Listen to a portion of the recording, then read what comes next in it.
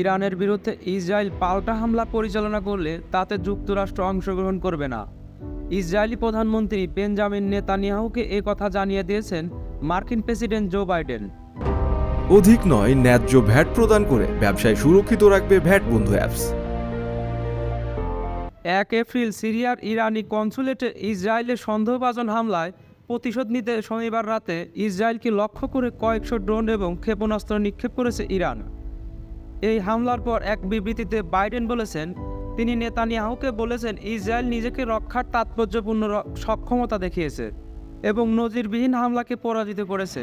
বিবৃতিতে তিনি ও নেতানিয়াহু সম্ভাব্য ইসরায়েলি প্রতিক্রিয়া বা যুক্তরাষ্ট্রের জড়িত থাকার বিষয় নিয়ে আলোচনা করেছেন কিনা তা সম্পর্কে কিছু বলেননি বাইডেন। হোয়াইট হাউসের জাতীয় নিরাপত্তা বিষয়ক মুখপাত্র জন কিবরি এক মার্কিন টেলিভিশন চ্যানেলকে বলেছেন, ইসরায়েলের প্রতিরক্ষায় যুক্তরাষ্ট্র সহযোগিতা অব্যাহত রাখবে, তবে ইরানের সঙ্গে যুদ্ধ চায় না ওয়াশিংটন। ইরানের বিরুদ্ধে পাল্টা হামলায় যুক্তরাষ্ট্র সহযোগিতা করবে কিনা জানতে চাইলে কিবরি বলেছেন, ইসরায়েলের প্রতিরক্ষা ও দেশটিকে রক্ষা আমাদের অঙ্গীকার লৌহ দৃঢ়।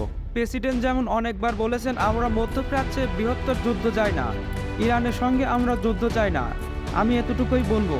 কিবরি বলেছেন, মধ্যপ্রাচ্যে উত্তেজনায় তীব্রতা বাড়ুক আমরা চাই না, আমরা বড় সংঘাত চাই না।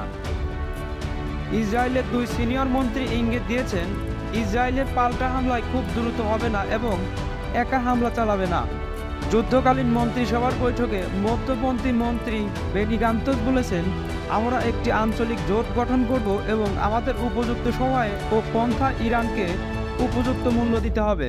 ইসরায়েলি প্রতিরক্ষামন্ত্রী ইয়োব গ্যালান্ট বলেছেন, ইরানের হুমকির বিরুদ্ধে একটি কৌশলগত জোট গঠনের সুযোগ রয়েছে ইসরায়েলের সামনে।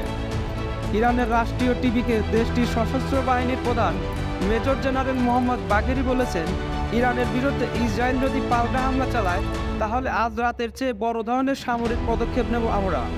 তিনি বলেছেন, ইসরায়েলের পাল্টা হামলায় সহযোগিতা না করতে যুক্তরাষ্ট্রকে সতর্ক করা হয়েছে। সহযোগিতা করলে মধ্যপ্রাচ্যে মার্কিন ঘাঁটিকে নিশানা করা হবে।